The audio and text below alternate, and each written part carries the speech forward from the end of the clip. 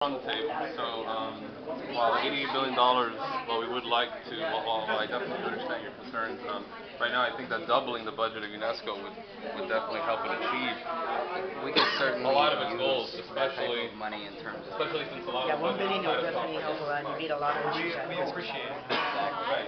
I mean, doubling the budget of UNESCO, I think, by one country or having Definitely, especially I think does a lot to try to bridge the gap, the initial funding gap that we have. So, Yes, you're right. You have like. yeah. Okay, so wait, I'm gonna say, he said, he helped us go no repression. What's repression? Exactly, what's repression? You have to understand what the ideology is. UNESCO has already given many awards to Cuba, so if you're going to pledge millions of dollars to UNESCO, I would make that you agree with UNESCO and you have to be coerced when he says that Cuba is doing already a good See, job. this is him donating privately to it's not. It's him donating it to the cause with his full caveats. So I don't think it's even to UNESCO. We're just them donating it to the cause, like to whatever we fund it to. So I'm not really sure. He's being ambiguous with that. We got to find out what like the qualifications for these funds are. These arbitrary like $1 billion.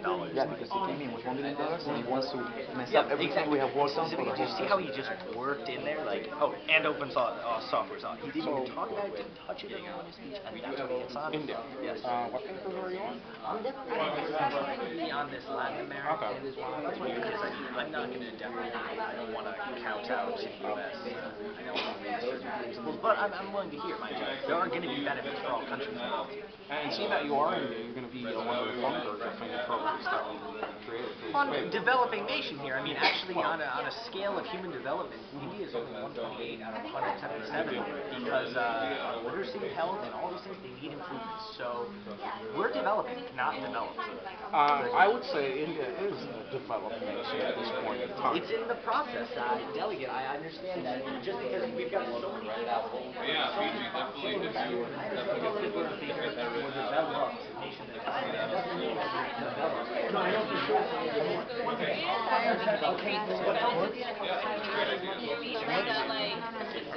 Is she filming?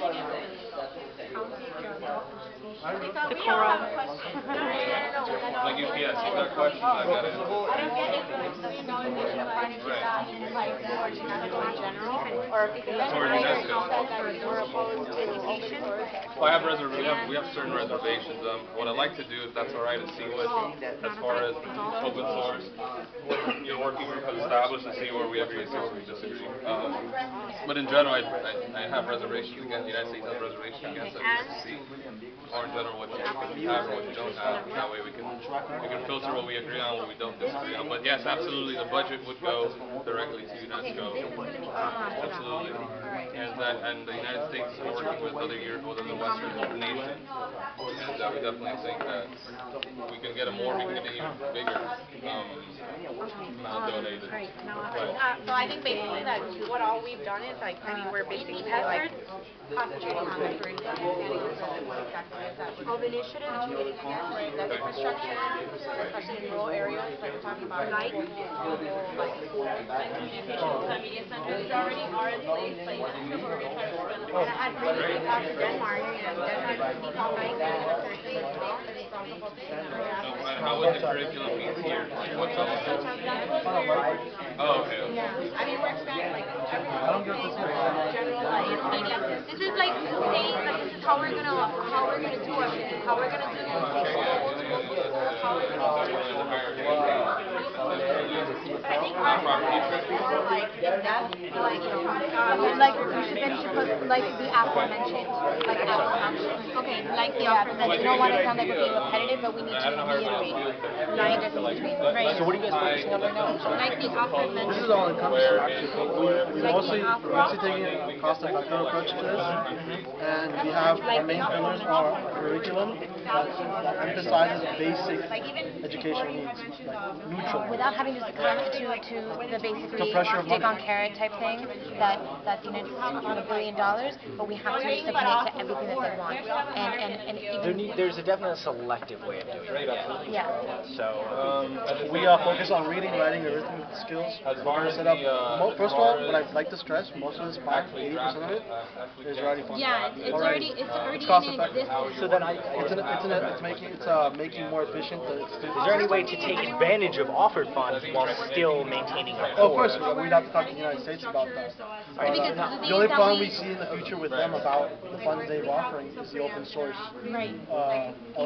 Which And we provides believe a open source software is a cost-effective way, and it'll benefit millions of children. Not just cost sensible, but cost responsible, because we don't constantly need to be relying on foreign money to get us off the ground, because foreign Foreign aid monies is does foreign not influence, have, is what essentially is foreign out aid there. does not have a direct correlation to social development. If Okay? they were to invest this money into industry, into infrastructure, into technology companies, do you think that that would be a nice, like, bridge to that? I mean, That would be a nice. We're accepting of any funds as long as they become attached. all right, so then I think that that's what we should say. Any extra money should be put back into a system rather than refunded to states. It should be something along those lines. Saying money, You guys, I just realized the main thing, we haven't gotten all our names down. We need like signatories. Yes, we need that. so, but I think that that's a point you could do there. Say certain industries, up and coming industries that would benefit this project. To foster fledgling industries in countries that are in need of these resources. Yeah, in developing nations, technology fields in developing nations. Yeah. Like entry-level companies that are looking to sort of foster technological. I don't know how much microfinancing, because I don't like throwing that term around. I've seen it I'm not talking happen. about microfinancing. That's because I said it once. No, and no, everyone's no. like, Mike did. No, Mike was terrible last year. Like, he would rip people down because he enjoyed microfinancing, and then he didn't. But yeah. So we should definitely find a way to like foster businesses and But that's a investment. discussion we could get into with the United States without really having to sort of I like. think we could start implementing that into the paper and then bring it to them and say, yeah, we agree with certain points. We want you to put your money here. That way, there's no ties to this. You can invest the U.S.'s money in this, but it doesn't have to go to that. If we have part of UNESCO's money go to open source for another thing, we can still use the U.S.'s money for another. To them, I don't know. So you're saying like Ask them if they'd be willing to provide to certain invest, things. right, to support and invest in certain aspects.